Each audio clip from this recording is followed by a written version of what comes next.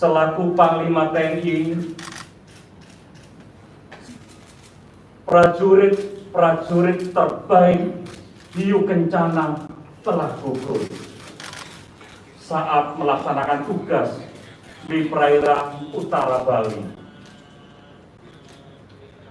Atas nama seluruh prajurit dan keluarga besar TNI, selaku Panglima TNI, saya sampaikan rasa duka cita yang sedalam-dalamnya kepada seluruh keluarga prajurit yang gugur. Semoga Tuhan yang Maha Besar memberikan keikhlasan, kesabaran, dan ketabahan.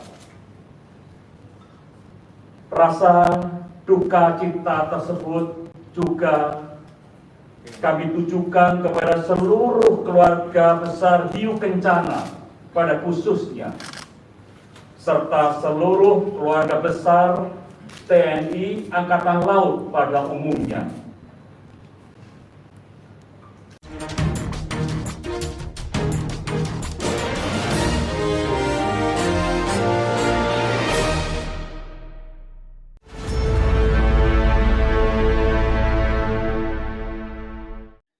Ya, innalillahi wa inna ilaihi raji'un.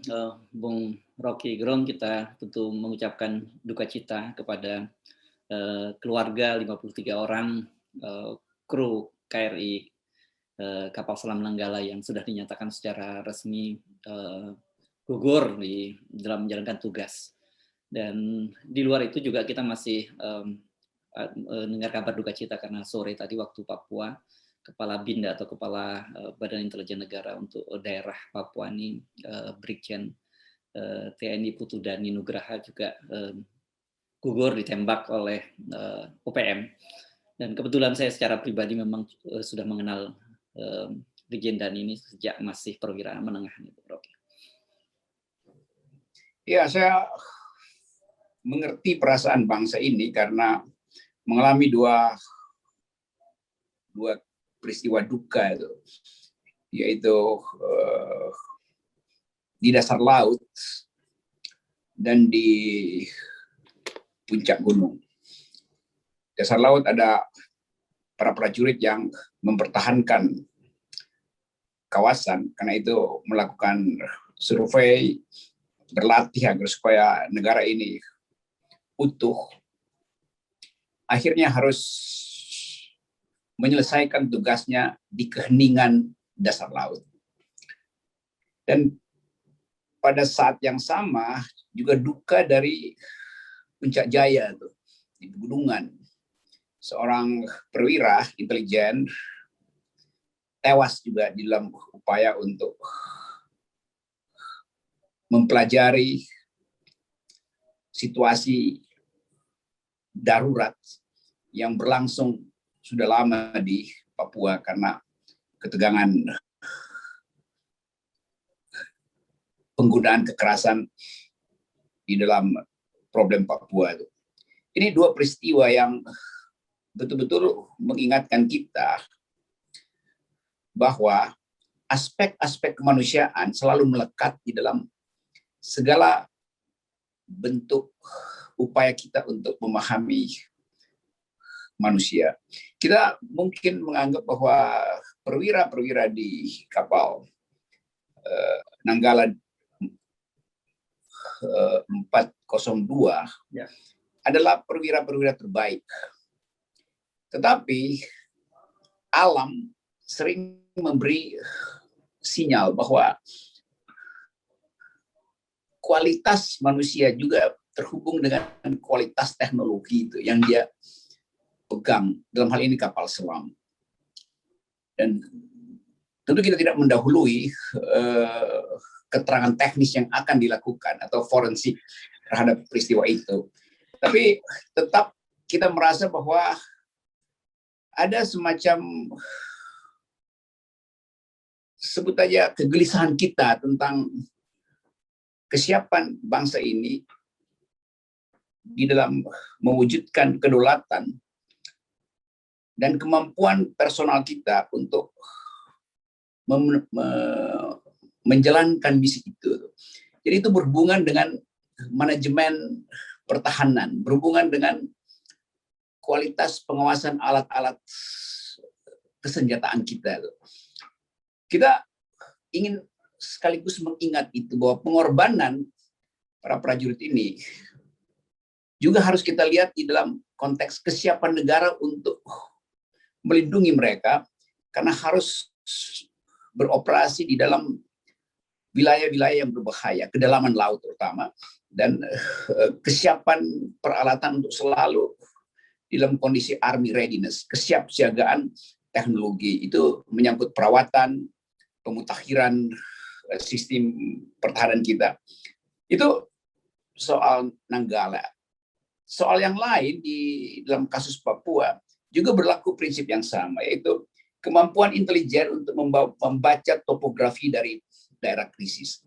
Karena saya menganggap bahwa beliau, Kepala BIN ini, yang berpangkat Brigjen, tentu telah mengumpulkan informasi sebelum beliau datang ke lokasi tempat dia harus memantau, agar supaya ada pemetaan untuk mempelajari wilayah konflik itu. Jadi ini juga menunjukkan bahwa sangat mungkin ada data yang tidak lengkap masuk pada sistem intelijen kita, sehingga kecolongan kita sebut. Tapi oke, kita anggap bahwa itu nanti akan dievaluasi oleh Departemen Pertahanan, Yunto, Mabes TNI tentunya. Tapi sekali lagi, di atas semua upaya kita untuk membaca secara forensik peristiwa itu, kita harus dahulukan peristiwa kemanusiaannya. Jadi duka cita itu adalah ungkapan terakhir untuk berempati dengan keluarga, terutama sahabat-sahabat seangkatan mereka yang harus melambaikan tangan dan mengucapkan selamat jalan pada perwira-perwira itu. Saya dan FNN juga melambaikan tangan dan berdoa atas arwah mereka yang memang telah menunjukkan semangat kesatriaan di dalam tema atau moto yang sangat terkenal, tabah sampai akhir. Ya. Semoga keluarga juga tabah sampai akhir.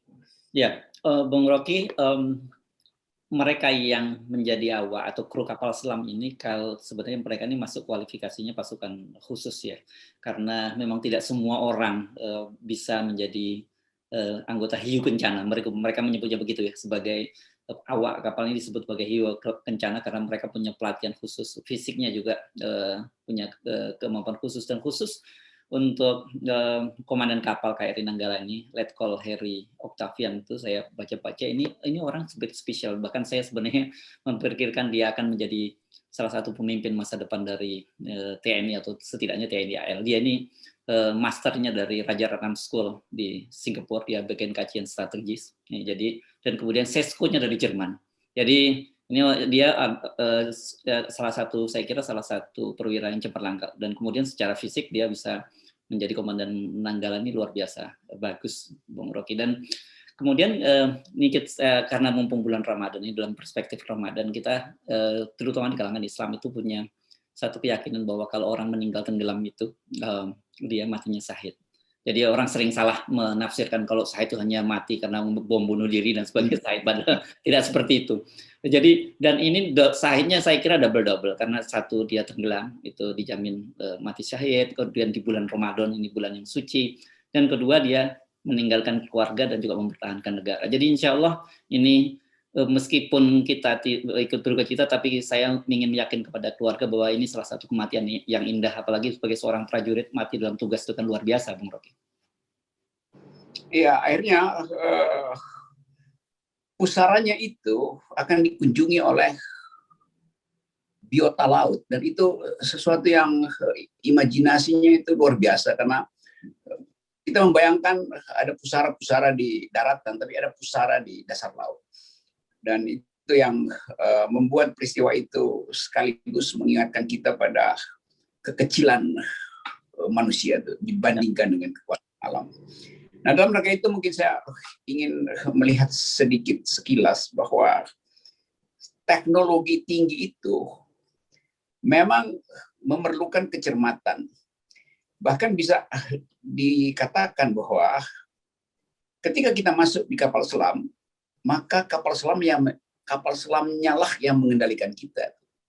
Tentu kita punya map di situ, tetapi sistem teknologi langsung menyatu dengan kepekaan kita untuk menjalankan berbagai macam fungsi tombol di situ. Jadi seringkali hubungan antara manusia dan teknologi itu adalah simbiosis mutualistis. Teknologi memerlukan manusia untuk digerakkan, manusia memerlukan teknologi untuk mencapai maksud. Nah, keseimbangan itu yang disebut sebagai kepekaan teknis dan kepekaan rasa itu. Di situ bergabung, karena memencet tombol teknologi itu bukan sekedar karena kalkulasi topografinya udah selesai, tapi ada semacam sense bahwa di dalam keadaan yang sangat canggih, kadangkala rasa itu diperlukan untuk memberi landasan pada keputusan war atau pencet tombol war atau tunda segala macam. Dan itu mungkin yang publik umum tidak pahami, karena psikologi seorang pengambil keputusan di dasar laut itu menimbulkan saya ingin sebut rasa batin dia tuh. Saya mau membayangkan itu tuh, dan bayangan itu kemudian membawa kita pada tadi upaya untuk memahami apa sebetulnya nasib manusia di alam semesta ini. Ya. Bahkan di dalam tabung baja itu yang begitu kuat, toh manusia itu bisa kalah dalam arti nasibnya tidak ditentukan oleh keputusan operasinya, tapi ditentukan oleh kekuatan alam. Dan kita menganggap bahwa dasar laut itu punya semacam energi yang kadang-kala belum bisa kita pahami. Dalam kedalaman 800 meter, kita menganggap bahwa ada sesuatu yang menyebabkan kita memperluas dimensi batin kita untuk memahami peristiwa itu. Ya. Kalau di depan mata kita mungkin kita bisa langsung tahu, hubungannya ini karena celaka, karena terpleset, atau karena ada perkelahian. Tapi di kediaman, di kesunyian 800 meter, itu saya membayangkan satu peristiwa rohani, peristiwa batin yang membuat kita berpikir terus tentang apa sebetulnya yang disebut dengan kehidupan. Yes. Jadi Bung Rocky, jelas kita mendoakan terbaik kepada para arwah yang gugur baik di Papua maupun di dasar lautan Selat Bali, dan dengan tidak mengurangi hormat kita pada mereka yang gugur, tentu saya ingin mengajak Anda untuk bicara tentang implikasinya, karena bagaimanapun juga kalau kita bicara kapal selam itu kan bicara tentang aspek pertahanan negara, karena negara kita adalah negara lautan. Dan kemudian kalau kita bicara Papua itu kan sekarang ini sangat sensitif, karena bagaimanapun juga sekarang ini ada gerakan upaya dari warga Papua yang ingin juga memisahkan diri karena ketidakpuasan mereka terhadap pemerintahan pusat. Jadi saya bisa memastikan bahwa dua peristiwa ini membuat Indonesia menjadi sorotan dunia internasional. Itu betul, karena sebuah kapal selam yang tenggelam, di dalamnya ada banyak rahasia. Karena kapal selam memang dibuat untuk kepentingan rahasia. Ya. Dan bahkan kalau bisa kapal selam tidak boleh terdeteksi oleh sistem informasi apapun. Operasi di bawah laut selalu adalah operasi rahasia. Jadi tenggelamnya kapal ini juga menjadi bahan evaluasi dari potensi pesaing politik di kawasan yang menganggap bahwa Indonesia masih punya kapal yang dianggap sudah tua gitu. Tapi mungkin juga akan ada bantahan bahwa nggak ada soal kapal tua. Yang penting adalah operasionalnya dan pemeliharaannya. Lalu orang bertanya rutinitas pemeliharaan kapal-kapal kita itu kemudian terhubung dengan anggaran. Lalu orang lakukan kalkulasi. Kalau begitu, kenapa kapal-kapal kita masih tua? Mana yang lebih penting? Memperbaharui kemampuan kita untuk menguasai laut atau menambah panjang jalan tol di darat? Itu juga pertimbangan ekonomi politik tuh. Dan kita tahu bahwa selama ini pemerintah terus-menerus memamerkan panjangnya jalan tol. Padahal jauh lebih penting mungkin pemerintah memberitahu pada kita bahwa kesulitan utama bangsa ini adalah memperbaharui teknologi persenjataan. Oleh karena itu harus didahulukan. Ini semacam trade off antara ambisi untuk membangun infrastruktur dan kelalaian untuk membekali infrastruktur lama dengan perawatan yang excellent. Jadi dana perawatan selalu trade off dengan dana infrastruktur di darat, itu soalnya. Ini cuma soal APBN. Yang kedua adalah soal Papua itu. Kalau seorang petinggi intelijen tewas di situ, satu peristiwa yang kita sedihkan. Tapi bagi musuh atau bagi pengamat politik intelijen asing menganggap bahwa ada kelemahan dalam sistem intelijen Indonesia kalau begitu. Karena seharusnya hal semacam itu tidak terjadi. Kecuali di dalam satu operasi yang udah frontal. Ini adalah operasi untuk memahami apa yang sedang berlangsung di medan sengketa itu atau medan pertikaian politik itu. Nah, dalam kerangka itu kita mencoba memahami bahwa ada peristiwa tewasnya seorang kepala bin daerah dan itu terhubung dengan sistem intelijen kita yang mungkin tidak sempurna pada waktu itu. Dan yang kedua adalah aspek hak asasi manusia yang selalu ingin dilihat oleh publik internasional. Apa sebenarnya yang terjadi di Papua itu? Mengapa ada eskalasi di dalam kekerasan di Papua sehingga akhirnya menewaskan seorang kepala bin? Nah, ini memperkuat analisis kita bahwa diplomasi kita juga belum berjalan maksimal itu. Sehingga suara-suara negatif dari kawasan Pasifik dan negara-negara Afrika itu masih kuat didengar di dalam sistem internasional. Jadi ini peristiwa yang justru memperkuat atau menambah energi bagi kombatan yang menginginkan agar supaya Papua itu dibicarakan di forum internasional. Jadi masalah diplomasi ini yang kemudian membesar dengan peristiwa tewasnya seorang kepala badan intelijen daerah. Ini badan intelijen yang tewas. Itu kompleksitas diplomasinya justru peristiwa ini justru akan memperkompleks pengetahuan kita tentang kemampuan Indonesia untuk berdiplomasi, untuk memenangkan opini dunia tentang Papua. Ya, karena pilihannya kan biasanya adalah, apalagi dalam situasi seperti ini ketika ada seorang petinggi militer yang tewas, itu kan pasti yang opsi yang paling mungkin kan adalah operasi lebih keras gitu, menekan gerakan Papua Merdeka. Tetapi di satu sisi kan ada persoalan seperti ada sebut tadi, dunia mata internasional juga mengamati dengan serius apa yang terjadi di Indonesia. Jadi memang ini sangat krusial dan dilematis. Iya, kalau kita terpancing seolah-olah kita kejar habis-habisan nih karena ini petinggi yang yang tewas di situ. Itu justru bisa memperluas sebut aja peristiwa-peristiwa yang seharusnya tidak terjadi pada masyarakat sipil. Dengan kata lain akan terjadi mungkin membabi buta sehingga korban sipil itu justru bertambah dari dua belah pihak. Jadi saya ingin atau FNN ingin tegaskan itu bahwa kehati-hatian di dalam menghadapi proses kekerasan di Papua itu jangan sampai justru memperlebar skala kekerasan terhadap hak asasi manusia. Itu yang harus hati-hati kita ucapkan sebagai pers. Ya, dan kebetulan hari ini kan sedang berlangsung pertemuan para pemimpin ASEAN membahas masalah Myanmar dan juga kalau kita baca pesan dari Presiden Jokowi itu kan ingin agar junta militer di Myanmar yang mengambil alih kekuasaan itu untuk menghentikan aksi kekerasan. Udah ribuan orang tewas di sana. Jadi bagaimanapun persoalan-persoalan kemanusiaan ini menjadi persoalan-persoalan regional dan juga persoalan internasional. Iya, kita beberapa waktu lalu kita ingin agar ada suara ASEAN, tapi sebetulnya suara ASEAN kan melemah akhir ini. Ya.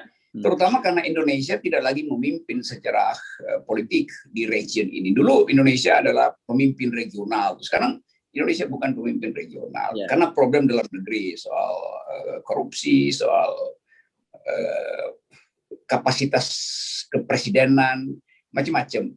Jadi sistem internasional akan membaca bahwa ya Indonesia terpaksa harus mengucapkan itu karena kepentingan demokrasi di ASEAN itu adalah kepentingan dari proksi Amerika misalnya itu. Ya. Dan berhadapan dengan masalah dalam negeri juga sebetulnya semacam teguran bagi pemerintah Indonesia bahwa kenapa tidak aktif dari awal dalam soal Myanmar? Apakah ada kalkulasi-kalkulasi yang menunggu sinyal dari Amerika karena ada kepentingan di kawasan dengan Cina di situ? Bagaimana kalau eskalasi dengan Cina terjadi, Indonesia di posisi mana?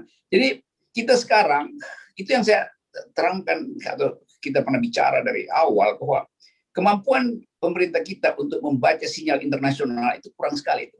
Dengan akibat kemampuan diplomasi kita itu tertinggal dengan kemampuan diplomasi dari kombatan di Papua yang menguasai opini publik internasional dengan jaringan intelektual dan media massa asing dari pusat-pusat analisis di London, di New York. Jadi kita sebetulnya tercecer karena fokus kita tidak pada sistem internasional. Kita fokus pada ibu kota baru, fokus pada 3 periode. Padahal dunia ini hanya mungkin bermanfaat kalau kita punya pengetahuan untuk mengakses opini dunia tuh. Ya. Jadi Indonesia seringkali, atau bukan Indonesia sebetulnya, istana selalu menganggap bahwa faktor internasional itu tidak begitu penting, karena lebih penting mempromosikan obsesi infrastruktur dan presiden. Nah di situ kita lalai, dan ketika hari ini ada peristiwa tenggelamnya kapal angkatan laut, dan itu juga adalah bisa dibaca secara militer strategis oleh negara-negara kawasan, dan Papua mengalami hal yang sama juga bisa dibaca secara militer strategis tentang kemampuan intelijen Indonesia. Nah kita sekarang baru ngeh bahwa pengetahuan tentang politik dunia itu hari-hari ini justru harus dikemukakan daripada bermacam-macam sinyal yang sekedar menghabiskan anggaran negara untuk proyek-proyek mercusuar. Yes. Baik, Bung Rocky, sekali lagi kita ikut sampaikan lagi belasungkawa kepada para keluarga awak kapal selam KRI Nanggala 402 dan juga keluarga Brigjen TNI Putu Dani Nugraha. Dan mudah-mudahan arwah mereka semua diterima di sisi Tuhan dan mendapatkan tempat yang terbaik. Ya, saya bersimpati, berdoa, dan salam duka cita saya pada seluruh keluarga yang ditinggalkan dan masih belum, saya bayangkan keluarga masih melihat ini kok misteri gitu ya. Yeah. Jadi kemanusiaan itu atau persahabatan kemanusiaan ini yang harus kita eratkan, dan kita sekali lagi kita ucapkan turut berduka cita. Baik, terima kasih Bung Rocky. Bye. Oke, selamat malam.